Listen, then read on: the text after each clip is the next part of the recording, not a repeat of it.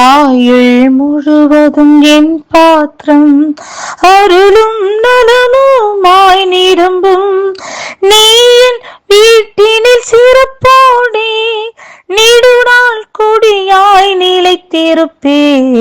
தேவபிதா எந்தன் மேய்ப்பனல்லோ, சிறுமை தாட்சியடையினே.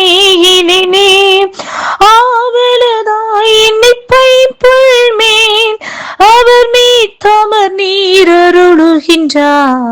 தேவபிதா எந்தன் மேய்ப்பனல்லோ, சிறுமை தாட்சியடையினே.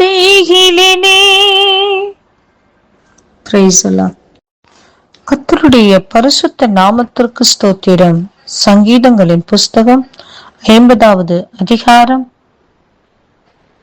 5வது வசனம். பலியினாலே என்னோடே உடன்படிக்கை பண்ணின என்னுடைய பரிசுத்தவான்களை என்னிடத்தில் கூட்டுங்கள் என்பார். ஆம் பிரியமானவர்களே, நியாயத்தீர்ப்பின் நாட்களில் இந்த உலகத்தில் உள்ள அனைத்து தேவனுடைய பிள்ளைகளும் அனைத்து சபைகளும் தேவ சமூகத்தில் நிற்பார்கள். ஆண்டவர் அந்த இடத்தில்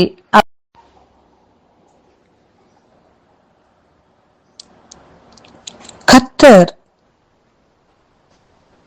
எப்படி அழைப்பார் என்று சொன்னால், பலியினாலே என்னுடைய உடன்படிக்கை செய்த என்னுடைய பரிசுத்தவான்களை என்னிடத்தில் கூட்டுங்கள் என்று அழைப்பார். பிரியமானவர்களே, இந்த உலகத்தில் வாழ்கிற வாழ்க்கை தேவனுக்கு உண்மையாய் தன்னுடைய ஜீவியத்தை பலி கொடுத்து, தனக்கு பிடித்தமானதை கர்த்தருக்கென்று பலி கொடுத்து, தன்னுடைய நினைவுகள், சிந்தனைகள், வார்த்தைகள், நடக்கைகள், செயல்கள், நம்முடைய ஆவி, ஆத்மா, சரீரம் முழுவதையும் கர்த்தருடைய சமூகத்தில் பலியிட்டு பலி கொடுத்து,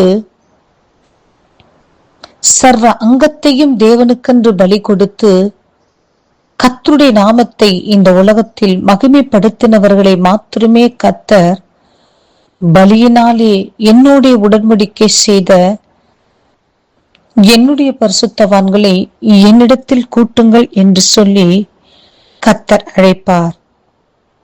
பிரியமானவர்களே,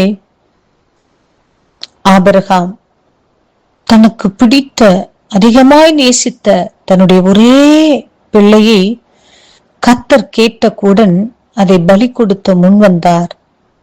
ஆம், அவர் அப்படி முன்வந்ததை கர்த்தர் கவனித்து அவரை குறித்து பெருமையாக பேசினதை, ஆபிரகாமையும் கர்த்தர் கவனித்ததை, கனப்படுத்தினதை நாம் பார்க்கின்றோம். இந்த நாட்களில் நம்முடைய வாழ்க்கையிலும்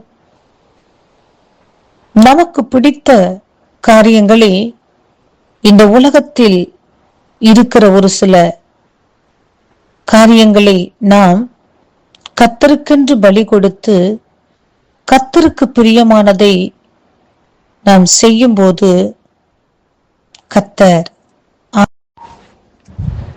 நம்மையும் ஒரு நாள் நியாயத்தீர்ப்பின் நாட்களிலே பலியினாலே என்னுடைய உடன்படிக்கை செய்த என்னுடைய பரிசுத்தவாட்டியே, பரிசுத்தவானே என்று சொல்லி அழைத்து, என்னிடத்தில் அவர்களை கூட்டுங்கள் என்று சொல்லி நம்முடைய தேவன் நம்மை அவருடைய சமூகத்தில் அவரிடத்தில் கூட்டி சேர்த்து நம்மை அரவணைத்து நம்மை கனப்படுத்துவதை பார்க்கலாம்.